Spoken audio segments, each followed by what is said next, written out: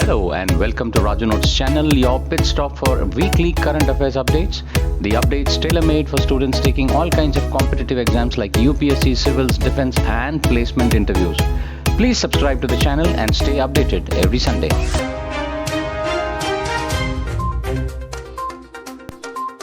China's military sent 71 warplanes and 7 ships towards Taiwan in a 24-hour display of force directed at the island Taiwan, as per the Defense Ministry of Taiwan.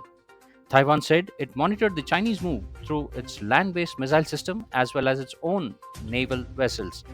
This is a firm response to the current US-Taiwan escalation and provocation, as per the Chinese statement. Prime Minister Narendra Modi on Monday convened India's support for any peace efforts to Ukraine on a call with Ukraine President Volodymyr Zelensky. Prime Minister Modi requested Ukraine authorities to facilitate arrangements for the continued education of Indian students who had returned to Ukraine earlier this year, as per the official statement. Zelensky also sought Prime Minister Modi's support for his 10-point peace formula.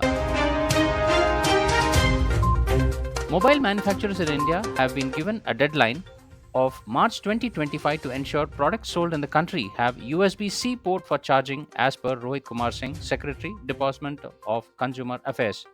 In India, the directive will kick in 3 months after the European Union, he added.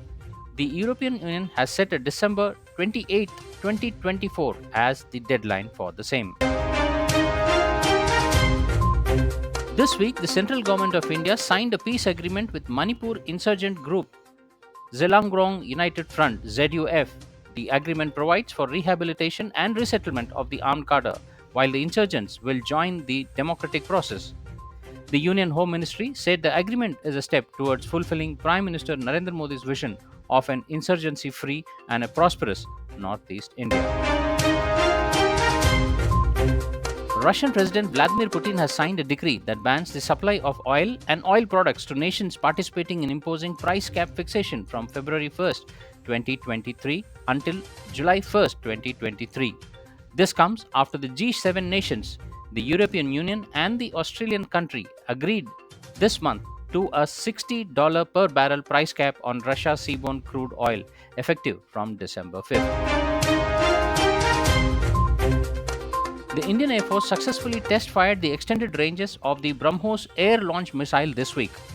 The Indian Air Force tweeted, carrying out precision strikes against the ship targets from a Sukhoi 30 MKI aircraft in Bay of Bengal region. The missile achieved the desired mission objective, the IAF added. This task was achieved through a team effort of Indian Air Force, Indian Navy, DRDO, BAPL and HAL. The Indian Army inaugurated its first ever two-story 3D printed house dwelling units for soldiers at Ahmedabad, Kent. The dwelling unit has been constructed by the Military Engineering Service (MES) in collaboration with MICOB Private Limited. Construction work of the house, measuring 71 square meters with garage space, was completed in 12 weeks by utilizing 3D printed foundation, walls and slabs. Benjamin Netanyahu was sworn in as Israeli Prime Minister on Thursday, moments after Israeli Parliament passed a vote of confidence in his new government. His return marks his sixth term in the office, continuing his more than decade-long dominance over Israeli politics. Netanyahu was ousted in June 2021 after Israeli Parliament approved a coalition government led by right-wing nationalist Naftali Bennett.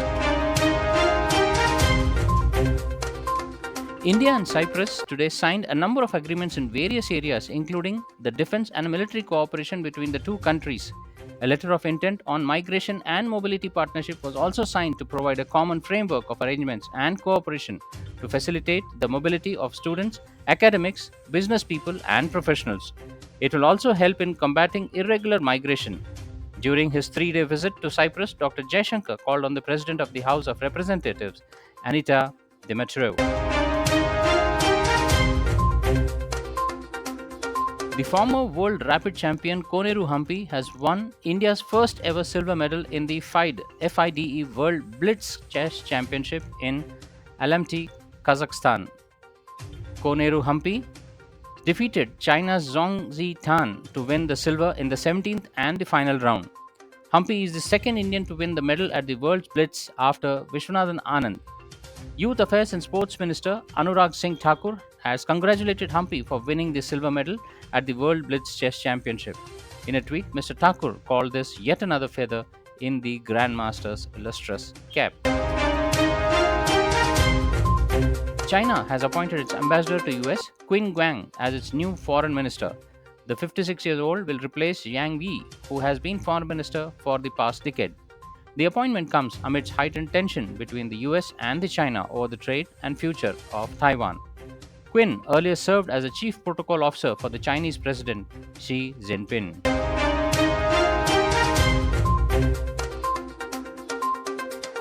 Well, that's all, friends, for this week's updates. See you soon next Sunday on the same channel. Till then, take care. Bye bye.